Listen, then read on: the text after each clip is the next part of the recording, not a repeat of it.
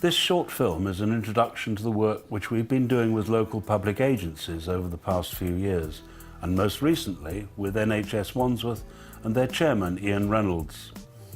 Over the past years we've been working with local public service providers, the police and the health agencies in particular, seeking to close the gap between the services and support which they provide and how local people access them and the best and most appropriate way for them to do so.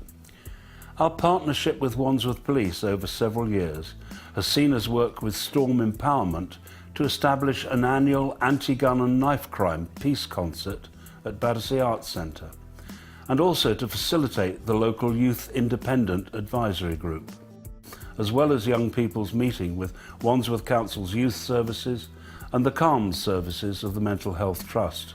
Partnership is key for us. We cannot tackle the concerns around crime disorder and particularly youth violence on our own. We can't do that through enforcement. We know that's not the answer. We need to work with our statutory partners, we need to work with our voluntary partners and third party to jointly understand what are the issues and how we can work better together. And I think will continue to be a part of the way that Metropolitan Police works, especially with reducing resources. It almost forces us to work more be clever in terms of the partnership and working together. So that's going to continue. That will only get better, I hope. And certainly that's our view, that we need to work with statutory and voluntary partners. We've focused over the past 2 years on developing meaningful community-led relationships with South West London and St George's Mental Health Trust. We want to talk about the importance of mental health being everybody's business, and churches and faith groups make up the fabric of life in local communities, and they should be our partners in this journey to develop more effective services.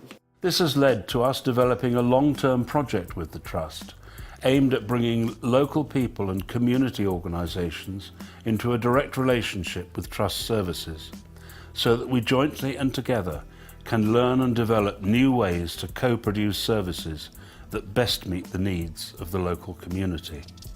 We have been piloting work with the Improving Access to Psychological Therapies programme in community centres right across the borough, including at the New Testament Assembly Church, Storm Empowerment and the Asian Elders Project. We are also now developing co-creating health self-management programmes with the Association of Somali Women and Children and also Mushkil Asam. It's about getting out there and trying to build up trust with leaders in communities, key people who the community have faith in, and then trying to you have to expose yourself to communities, and sometimes that'll be tough.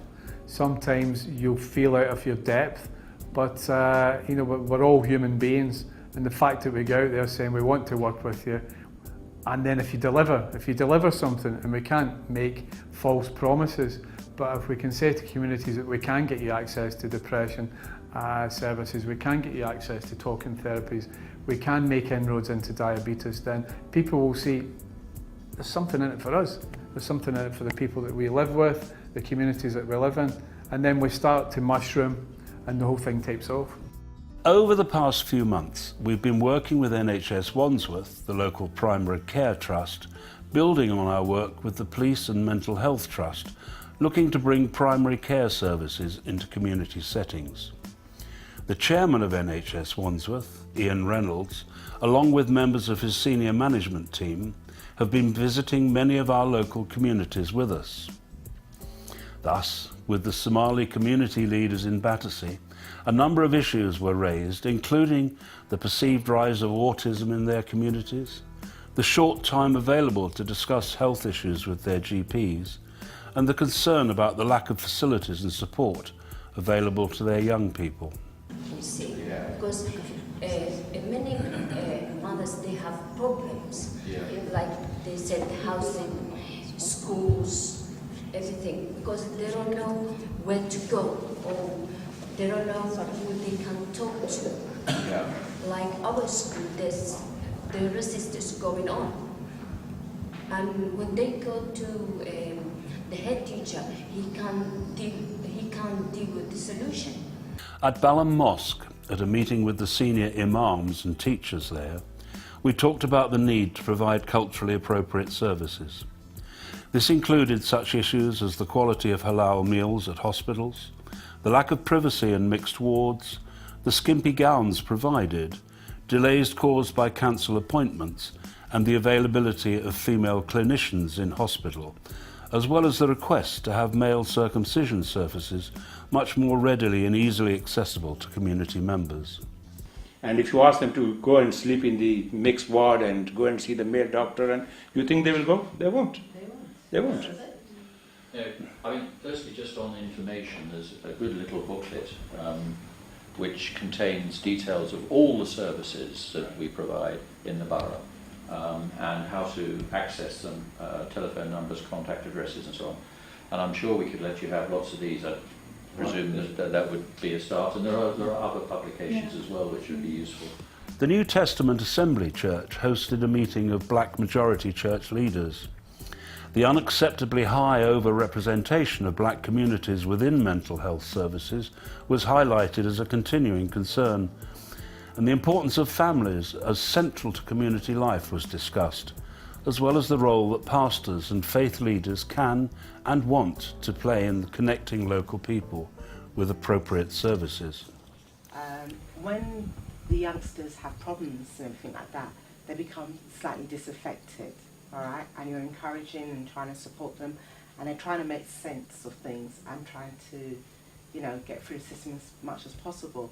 But then when they are when unfortunately sometimes they come into the mental health sphere, and they then try to talk about these experiences.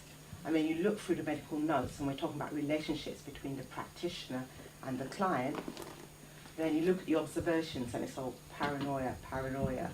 A few weeks ago, we visited Roehampton Community Hall. Concerns were raised over the introduction of personalised care budgets and the withdrawal of services for the elderly.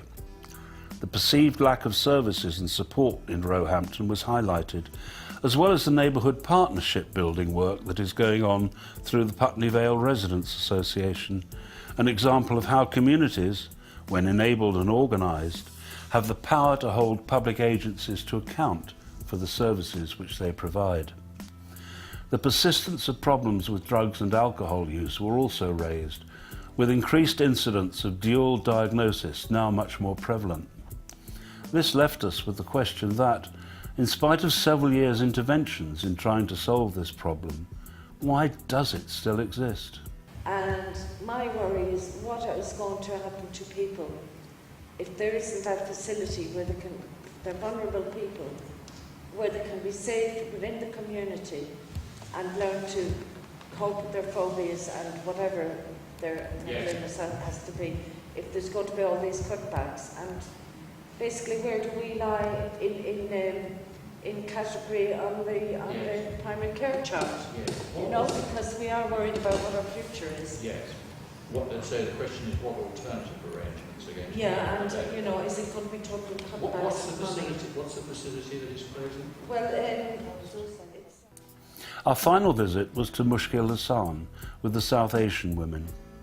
Concerns there included the difficulty of assessing holistic care through GPs, the particular challenges of putting elderly dementia sufferers in touch with services, and the importance of GPs acting in a culturally appropriate way on depression and domestic violence.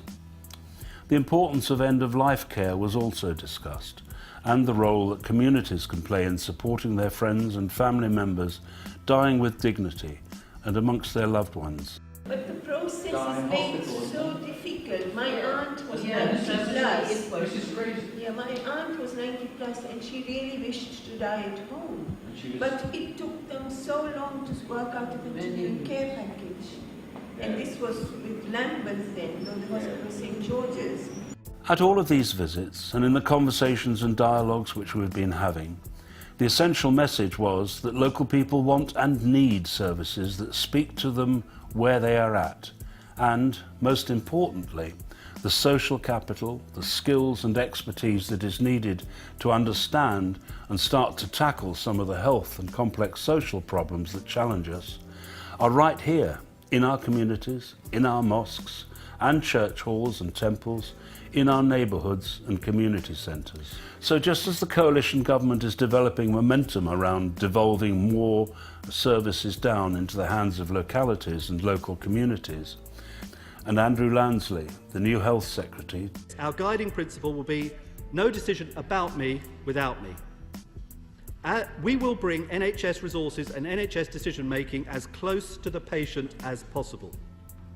We will extend personal budgets, giving patients with long-term conditions real choices about their care. So the opportunity exists for us here in Wandsworth to grasp these opportunities. Opportunities that many of us have been working towards for many years now.